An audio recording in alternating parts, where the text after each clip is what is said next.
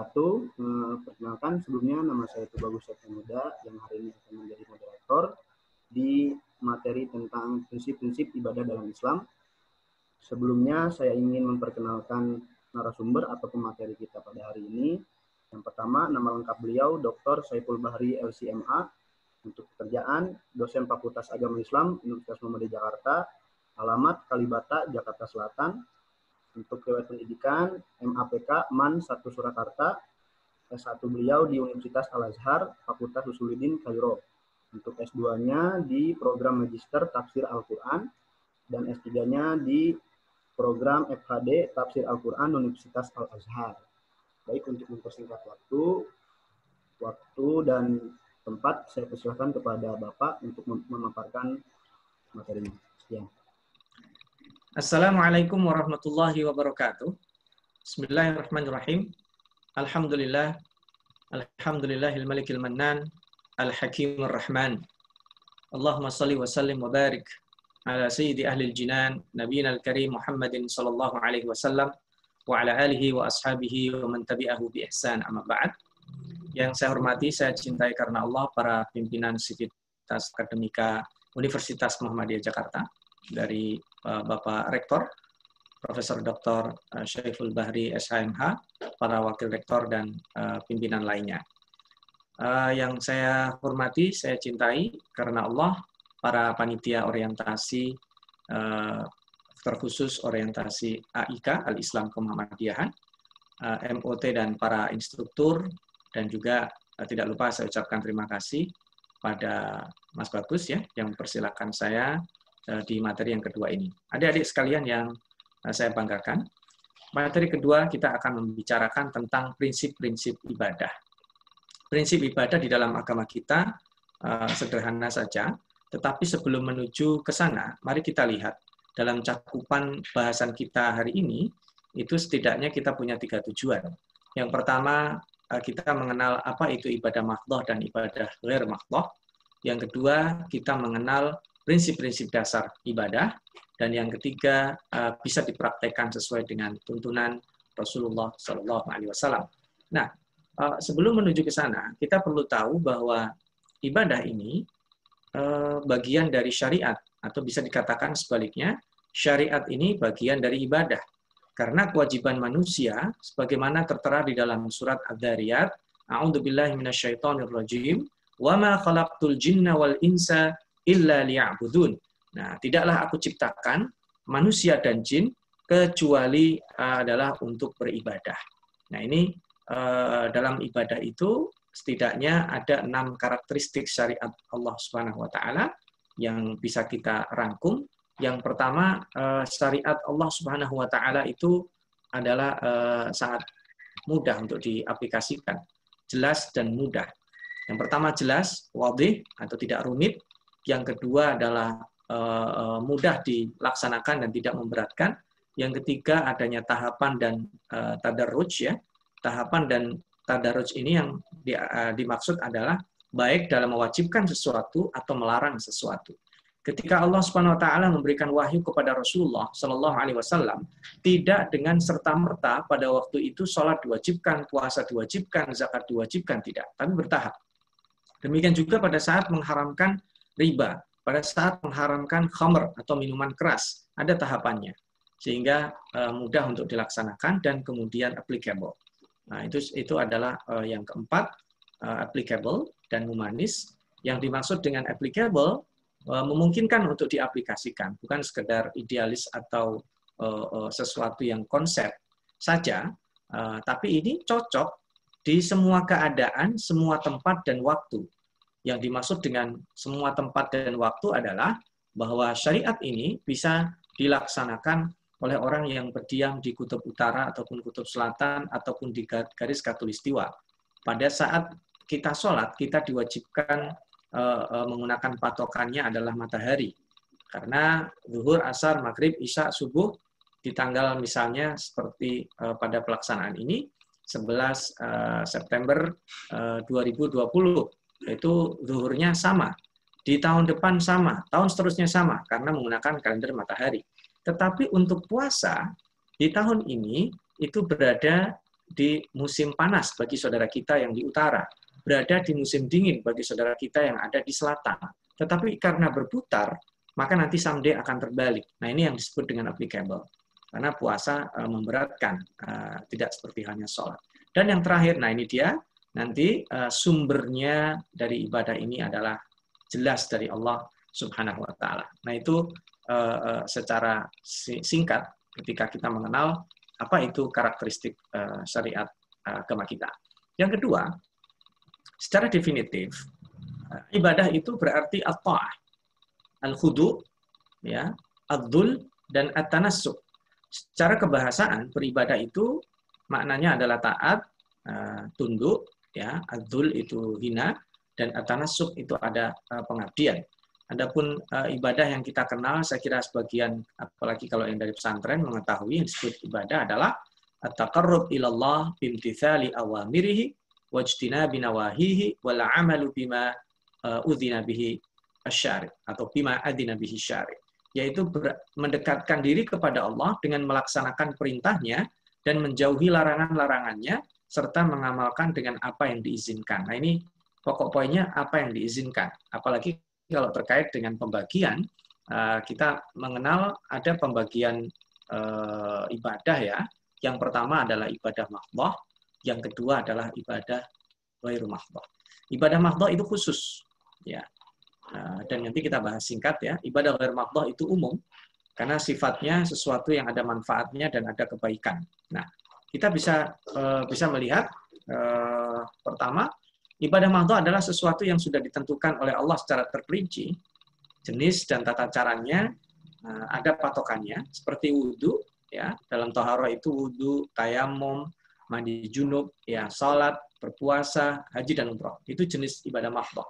Sedangkan ibadah ghair mahdhah itu yang sifatnya umum, segala perbuatan kita, baik dari perkataan lisan atau hati atau perbuatan seperti menuntut ilmu, ya, bekerja, adik-adik dan kuliah misalnya, belajar, nah itu bisa disebut sebagai ibadah. Nah, yang akan kita bahas pada kesempatan kali ini nanti ibadah mahdhah. Nah, cakupan ibadah mahdhah itu adalah pertama hubungannya vertikal dengan Allah, mengatur hubungan manusia dengan Allah. Dan sifatnya itu sabit, tetap tidak berubah. Jadi tata cara sholat dari zaman dulu sampai sekarang itu sama. Ya, tidak berubah. Ya, permasalahan ada perbedaan itu ikhtilaf fikih. Ya, nanti yang kita ambil tentu yang dalilnya kita anggap paling kuat. Yang ketiga, sifatnya ta'abudi. Ta'abudi tidak menerima ijtihad. Ya, sholat maghrib 3 rakaat nggak bisa diganti. Sholat zuhur 4 rakaat, sholat subuh 2 rakaat nggak bisa diganti. Urutan wudhu nggak bisa diganti. Ya. Pelaksanaan puasa di bulan Ramadan nggak bisa diganti misalnya di bulan Januari, nggak bisa. Ya. Dan yang keempat adalah sikap kita kepada ibadah yang sifatnya mahdhah, sami'na wa ata'na. Jadi kita tidak ada peran akal di situ. Kalaupun hikmah mungkin, tapi dalam pelaksanaannya tidak. Berbeda dengan ibadah mahdhah. Ibadah ghair mahdhah adalah memiliki cakupan yang lebih luas. Ya mungkin tentu dia hubungannya dengan Allah ya, tapi secara teknis ibadah ghair mahdhah itu mengatur interaksi sesama manusia. Nah, manusia dengan manusia, manusia dengan makhluk lainnya, binatang dan alam sekitarnya. Yang kedua sifatnya dinamis karena bisa berubah, bisa tidak sama antara satu waktu dan waktu yang lainnya dan juga satu tempat ke tempat yang lainnya. Kemudian yang ketiga, sifatnya adalah ta'akuli, ma'kulatul makna. Ini ada ijtihad, sehingga yang dilakukan itu reasonable. Ada reasoningnya, ada alasannya, kenapa melakukan itu. Yang keempat, sikap terhadap ini adalah kreasi. Nah, baik. Ibadah mahdhah, yang pertama, al-aslu fil ibadati at-tauqif. Jadi prinsip dasar daripada ibadah itu adalah at-tauqif. Tauqif itu kita berhenti. Kalau ada dalil kita kerjakan. Kalau tidak ada kita tidak mengerjakan. Jadi berbeda dengan muamalah. Kalau muamalah itu semuanya boleh. Nanti dalam prinsipnya ya. Itu yang pertama. Yang kedua, prinsip yang pertama al-aslu fil ibadah at-tauqif. Prinsip kedua, al-aslu fil ibadah al-butlan hatta yadullu dalil 'alal amr. Jadi prinsip dasar dalam ibadah itu adalah batal, tidak diterima kecuali ada dalil yang memerintahkannya atau membolehkannya. Kalau ada dalil yang membolehkan, mempersilakan, baru kita kerjakan. Maka ibadah mahdhah itu harus dengan dalil, ya. Dan hadis yang makbul. Kalaupun awalnya mengikuti ulama, nanti ulama tersebut bisa dirujuk, ada rujukannya. Apabila tidak ada dalilnya, maka kita tidak melakukan itu. Sebagai contoh misalnya, sholat nisfu Sya'ban, khusus ya, dengan niat sholat nisfu Sya'ban. Itu tidak ada dalilnya, dan tidak boleh kita kerjakan. Kalau kita sholat sunnah 2 rakaat, lebih bagus. Ya, yang dilakukan di waktu sama dengan yang lainnya. Tapi kalau diniatkan khusus, itu tidak bisa, karena tidak ada panduannya. Atau misalnya puasa Rabu Wekasan, ya. Atau kemudian mengumandangkan adzan setelah mayat dikubur misalnya. Ada beberapa hal yang terkait dengan ibadah, kita mesti menggunakan dalilnya. Ya, jadi ini yang kita perlu hati-hati dalam masalah ibadah, kita terkait dengan dalil. Nah, prinsip ibadah yang pertama, menguatkan 2 pokok tadi, al-aslu fil ibadah at-tauqif, dan al-aslu fil ibadah at-tudlan hatta ya'ti dalil, atau hatta yadullu ad-dalil alaih, ala amrihi misalnya.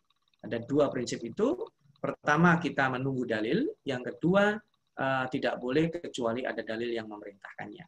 Nah, prinsip pertama ada perintah dan ketentuan. Jadi otoritasnya ada pada Allah Subhanahu wa taala. Jadi otoritas di dalam menentukan ini wajib, ini sunnah, ini 2 rakaat, ini 3 rakaat, ini 4 rakaat, itu adalah dalil dari Allah Subhanahu wa taala.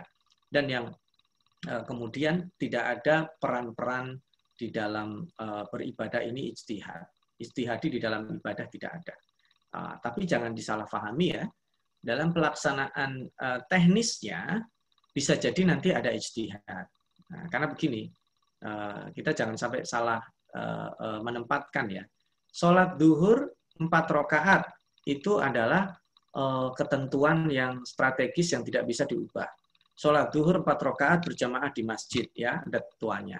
Tapi kemudian sholat duhur memakai celana panjang, memakai sarung, memakai pakaian tertentu. Nah, itu bagian yang lain, ya, ketentuan yang lain ya. Artinya jangan sampai kemudian itu kan sholatnya nggak ada ketentuannya, memakai sarung atau memakai celana, itu bagian tata cara teknis yang tiap daerah mungkin memiliki perkembangannya. Ya, nanti di dalam tata cara yang tidak berkaitan substantif itu memungkinkan untuk berbeda. Ya, bahkan di dalam sholat pun ada beberapa dalil yang berbeda-beda. Dan tugas kita adalah menelusuri jejak dalil-dalil tersebut dan kemudian kita laksanakan sesuai dengan yang kita yakini itu adalah yang paling kuat. Jadi yang pertama, prinsip ibadah adalah ada perintahnya. Kemudian yang kedua, meniadakan kesukaran. Artinya ibadah dalam syariat kita itu tidak memberatkan mukallaf. Ya, Allah memberikan beban sesuai dengan kemampuan. Karena itu nanti ada syariat rukhsah. Dalam sholat misalnya, kewajiban utamanya adalah berdiri. Tidak bisa berdiri, duduk. Tidak bisa duduk berarti dia berbaring. Ya. Tidak bisa berbaring berarti dia menggunakan isyarat. Prinsip utama toharah adalah menggunakan air dengan berwudu. Ketika tidak ada air berarti dia menggunakan debu atau potensi debu. Itu disebut dengan rukhsah. Dalam puasa juga demikian. Ketika bepergian, ketika sedang sakit, dia boleh tidak puasa. Jadi inti yang pertama ada perintah dari Allah, yang kedua adalah meniadakan kesukaran atau tidak membebani yang berlebihan. La yukallifullahu nafsan illa wus'aha. Jadi Allah Subhanahu wa taala tidak memberikan beban kecuali sesuai dengan kemampuan. Nah, kemudian berikutnya saya melanjutkan dalilnya ya. Allah Subhanahu wa taala ini bisa kita lihat di dalam surat Al-Baqarah ayat 185 atau juga Al-Baqarah 286 ya, ada prinsip-prinsip kemudahan ya. 185 misalnya, setelah kita membaca tentang ayat-ayat puasa misalnya, kenapa di situ ada mengganti orang sakit ya, orang bepergian ya. Yuridullahu bikumul yusra wala yuridu bikumul usra. Allah menginginkan kemudahan dan Allah tidak menginginkan terjadinya kesukaran. Nah, ini adalah salah satu dalilnya dan ada banyak dalil lagi yang lainnya. Ini prinsip kedua. Nah, prinsip ketiga, dalam beribadah yang berhak disembah hanya Allah. Jadi intisari dari ajaran agama kita itu adalah at-tauhid, mengesahkan. Intisari dalam agama kita adalah al-ikhlas. Al-ikhlas, kenapa surat Qul huwallahu ahad disebut al-ikhlas? Karena itu adalah inti daripada ibadah. Qul huwallahu ahad, ada tauhid, ada pengesaan di situ. Iyyaka na'budu wa iyyaka nasta'in. Kenapa tidak disebut na'buduka wa nasta'inuka? Secara gramatikal harusnya subjek, predikat, objek. Na'buduka harusnya. Tetapi kenapa iyyaka, hanya kepadamu? Karena memang kita hanya boleh beribadah kepada Allah. Tidak boleh kita menyembah kepada selain Allah. Maka siapa yang mendatangi dukun, percaya dengan ramalannya, atau mendatangi dukun, kemudian berkonsultasi tentang nasibnya, maka sholatnya tidak diterima selama 40 hari. Nah, itu kan artinya berarti ada sesuatu di dalam akidahnya. Berarti dia beribadah kepada Allah hanya mulut saja. Pada prakteknya ternyata dia prinsipnya beribadah kepada selain Allah ternyata. Maka sesungguhnya yang hanya berhak beribadah itu adalah kepada Allah Subhanahu wa taala. Dan ini merupakan kontinuitas risalah para nabi. Ya, kalau dari Nabi Nuh selalu ani'budullaha ya, wala tusyriku bihi syai'a. Jadi selalu sembahlah Allah, jangan engkau syirikkan, jangan engkau berikan sekutu, jangan engkau ambil sekutu. Jadi kita diperintah sebagaimana para nabi terdahulu memerintahkan kaumnya untuk menyembah, memurnikan pengesaan, penghambaan, ibadah kepada Allah saja. Dan Rasulullah Shallallahu Alaihi Wasallam datang tidak berubah dengan prinsip itu. Jadi yang disembah adalah hanya Allah Subhanahu Wa Taala, termasuk Nabi yang membawanya. Jadi tidak ada Nabi Isa minta disembah, Nabi Isa minta grade-nya diangkat sebagai Tuhan, tidak ada itu. Tidak ada kemudian kita kultuskan secara berlebihan, bahkan sampai Nabi itu sendiri. Yang ada adalah kita hormati, kita doakan, kita berharap syafaatnya. Nah, itu yang ada. Tetapi bahwa yang menyembah, yang disembah adalah hanya Allah, itu adalah bahkan sampai hak untuk memberikan syafaat itu juga pada keputusan terakhirnya adalah pada Allah Subhanahu wa taala. Nah, dan prinsip yang keempat, ibadah itu langsung tanpa perantara. Karena di zaman diutusnya Rasulullah Shallallahu Alaihi Wasallam pun orang-orang kafir Quraisy itu pada hakikatnya bukan orang ateis. Pada hakikatnya mereka juga menyembah Tuhan. Tetapi yang salah pada mereka adalah terjadinya disorientasi ketuhanan. Mereka mengatakan bahwa menyembah berhala itu bukan menuhankan berhala, tapi liyuqarribuna ilallahi zulfa. Jadi mereka untuk mendekatkan diri pada Allah. Jadi berhala itu dijadikan sarana untuk mendekatkan diri pada Allah, dan itu salah. Makanya Allah Subhanahu wa taala dalam surat Quraisy menjelaskan falyabudu rabbahadzal bait. Yang kamu sembah itu rabbahadzal bait, bukan baitnya, bukan patung-patung yang ada di dalam Ka'bah, di dalam Masjid Al-Haram. Karena ibadah tidak melalui perantara. Nah, maka kekeliruan manusia ketika dia mengada-adakan asma'an sammaitumuha antum wa aba'ukum, itu salah dalam menyetatuskan diri. Orang kalau menyetatuskan dirinya sebagai hamba, dia mencari Tuhan yang layak. Kalau dia menyetatuskan dirinya sebagai Tuhan, berarti dia terjebak pada sebuah wacana yang kabur. Kalau dia misalnya Fir'aun mengatakan dia Tuhan, artinya Fir'aun itu lahir belakangan. Orang yang terlahir sebelum Fir'aun berarti tidak punya Tuhan. Nah, dia terpatahkan di situ. Atau kemudian Namrud, atau kemudian berhala. Kalau berhala itu atau disebut Lata, Manat, Uzza dan lain sebagainya. Berarti sebelum ada berhala itu, manusia menyembah siapa? Berhala itu yang buat siapa? Nah, ini ada kata-kata yang buat siapa. Berarti sebenarnya di situ rapuh. Jadi konsepnya adalah ibadah itu tidak melalui perantara. Nah, yang terakhir adalah terkait dengan keikhlasan. Jadi syarat diterimanya ibadah itu ada syarat dan rukun atau syarat sahnya.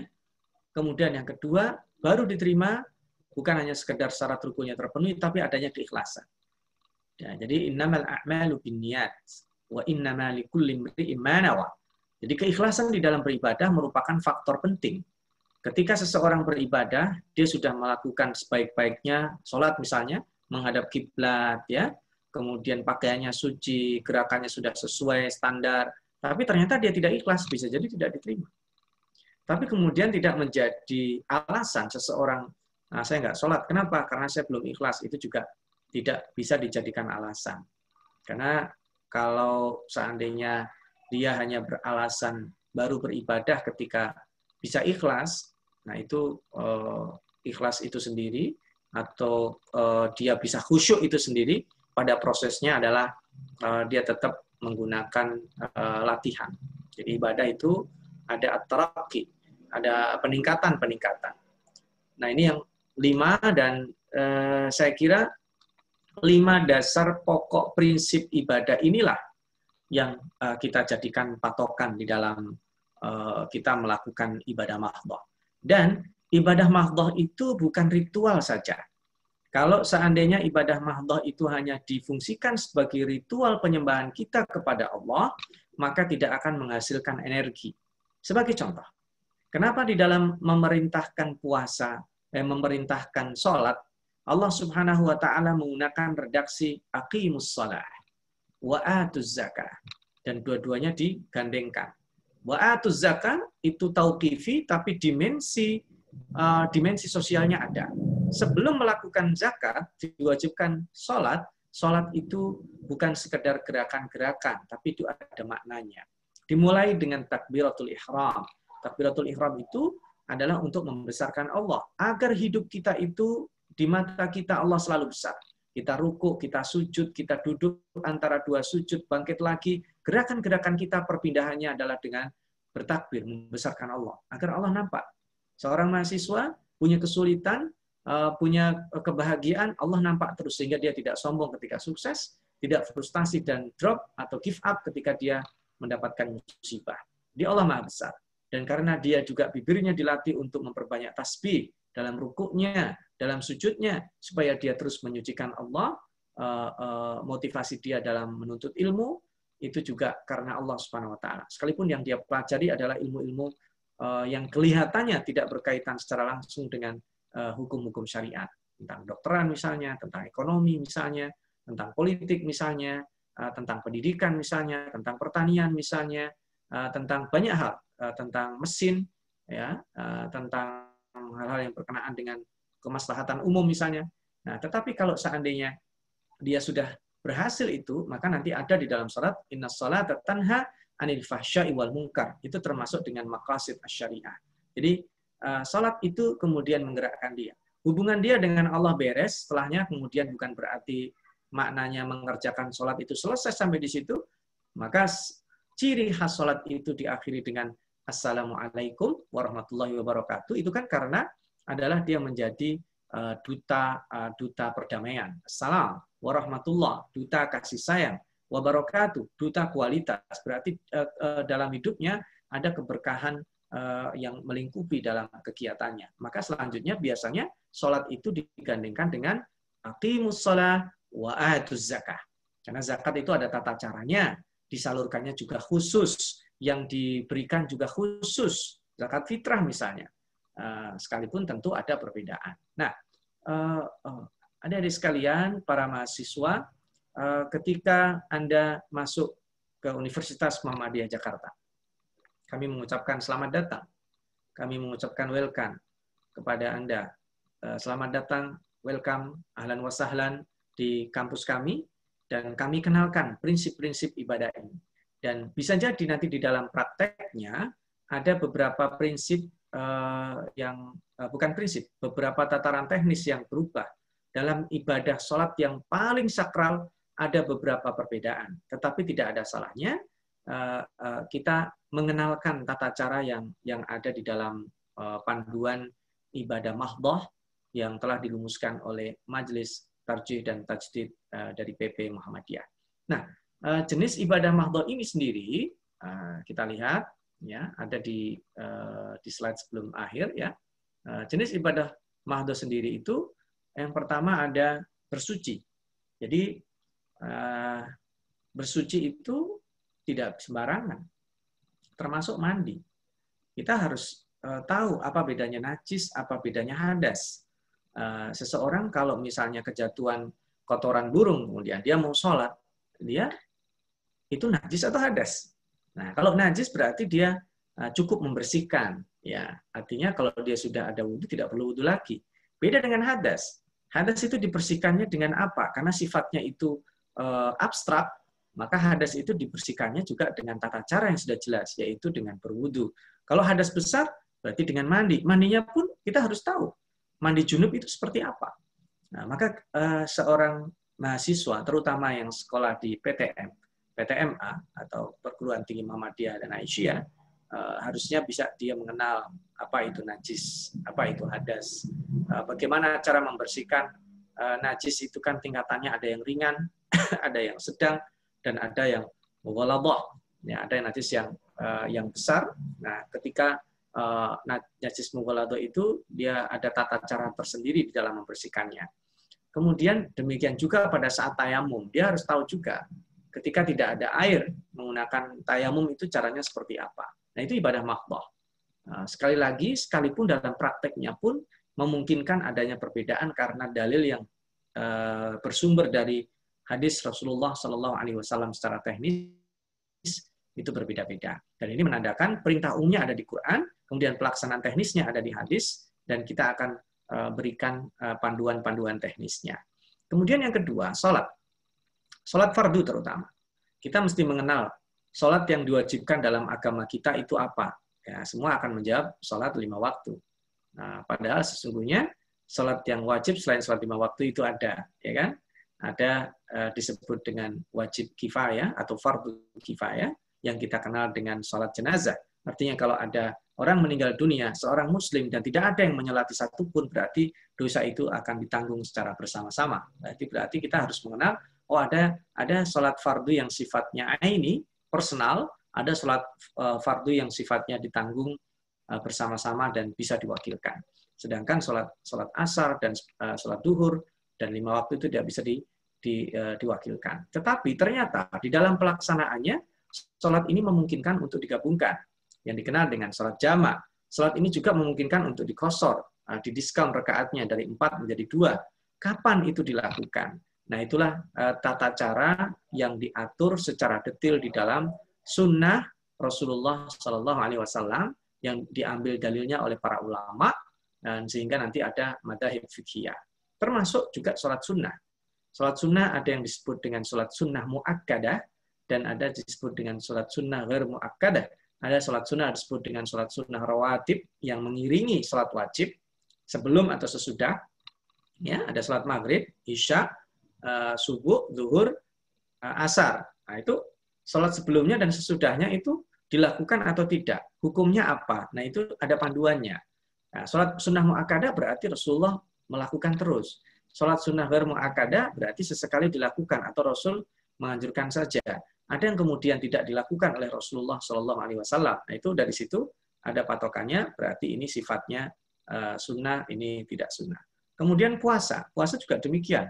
Kita harus tahu kapan kita berpuasa, ketika memasuki bulan Ramadan, dan kapan terakhir puasa, ketika datang bulan Syawal, dan itu ada patokannya. Patokannya adalah sumu li ru'yatih. Ya, puasalah ketika melihat hilal. Nah, melihat di situ ada perbedaan para ulama, tetapi kemudian di Majelis Tarjih dan Tajdid, ru'yah di situ adalah imkaniyatur ru'yah yang bisa dihasilkan melalui hisab.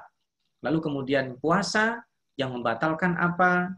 yang sunnah, amalan sunnah dilakukan selama puasa apa, yang kemudian dimakruhkan apa, itu juga bagian dari ibadah mahdoh yang diatur oleh Allah Subhanahu wa taala.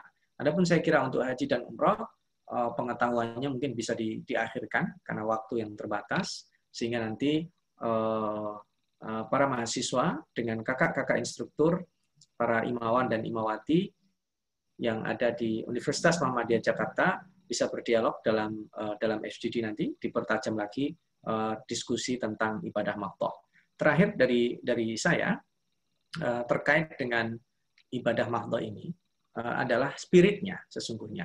Ketika seseorang melakukan apa saja yang diatur oleh Allah Subhanahu wa taala sebagai ibadah mahdoh, dia bukan sekedar melakukan rutinitas. Karena kalau seorang melakukan sesuatu dengan rutinitas saja tanpa ada ruhnya, maka akan kehilangan esensi penghambaan. Esensi penghambaan adalah melakukan sesuatu dengan kecintaan. Sebagai contoh, kalau Anda diminta menghafal Al-Quran, tertekan. Lalu kemudian setelah berhasil, masih tertekan. Tapi ketika Anda berhasil menghafal dan menikmati itu, Anda yang untung. Ketika seseorang sholat menjadi beban, kemudian ketika dilakukan lagi, terbiasa, dan kemudian dia menikmati enaknya sholat khusyuk, itu pada derajat yang paling tinggi. Ketika seseorang puasa, terbebani, ketika dia mendapatkan kemanfaatan dari puasanya, dia mulai merasakan kenikmatan, dan kemudian dia sangat merindukan keinginan untuk berpuasa. Ketika seseorang melakukan salat-salat sunnah, membaca Al-Quran, dan lain-lainnya, dan nanti akan diiringi dengan ibadah ghair mahdoh, maka itu lengkaplah bagi seorang muslim. Dan seperti yang tadi saya bacakan di awal, di surat Ad-Dariyat, وَمَا خَلَقْتُ الْجِنَّ وَالْإِنسَ إِلَّا لِيَعْبُدُونَ. Hidup kita adalah memang untuk beribadah. Ya, hidup kita adalah memang untuk beribadah. Salat kita ibadah, menuntut ilmu kita adalah ibadah. Menyampaikan sesuatu, menunjukkan sesuatu adalah ibadah, mencegah sesuatu yang mungkar itu juga ibadah. Maka sesungguhnya kita perlu komunitas yang faham terhadap prinsip dan ruh ibadah itu sendiri. Terakhir, mari kita ciptakan suasana yang kondusif yang nanti insya Allah akan dilanjutkan pada materi ketiga, yaitu tentang kampus Islami, sehingga kegiatan yang kita lakukan di dalam kampus kita, institusi Universitas Muhammadiyah Jakarta, nuansanya nuansa akademik yang dibalut dengan akhlak dan ibadah, sehingga prestasi kita untuk berkemajuan kita itu sandarannya adalah sandaran dari perintah Allah Subhanahu wa taala, sami'na wa ata'na kepada Allah, dan pada saat itu kita bisa berkontribusi. Seorang mahasiswa akan berkontribusi ketika dia melakukan apa yang diperintah oleh Allah, menjalankan apa yang diperintah oleh Allah, dan menaati peraturan-peraturan yang ada. Kemudian kreasinya adalah bahwa dia mengembangkan potensi maksimal yang telah diberikan oleh Allah Subhanahu wa taala. Mudah-mudahan kesuksesan bersama Anda semuanya. Selamat dan sukses. Sekali lagi selamat bergabung dengan keluarga besar Universitas Muhammadiyah Jakarta. Insya Allah prestasi-prestasi kita ukir bersama. Anda sebagai mahasiswa dan kita semua sebagai sivitas akademika dengan ciri khas akademik, berkemajuan, dan berakhlak yang al-karimah atau akhlak mulia. Aku qauli hadza, mudah-mudahan sedikit ini bermanfaat. Mohon maaf atas kekurangan dan keterbatasan. Nasrum minallah wa fathun qarib wa basyiril mu'minin. Wassalamualaikum warahmatullahi wabarakatuh. Oke, baik. Alhamdulillah untuk pemaparan materinya sudah bisa disampaikan. Terima kasih untuk Bapak penyampaian materinya. Mudah-mudahan bisa bermanfaat untuk kita semuanya. Sekian dari saya sebagai moderator. Mohon maaf apabila ada kekurangannya. Bila bisa dihak, Assalamualaikum warahmatullahi wabarakatuh.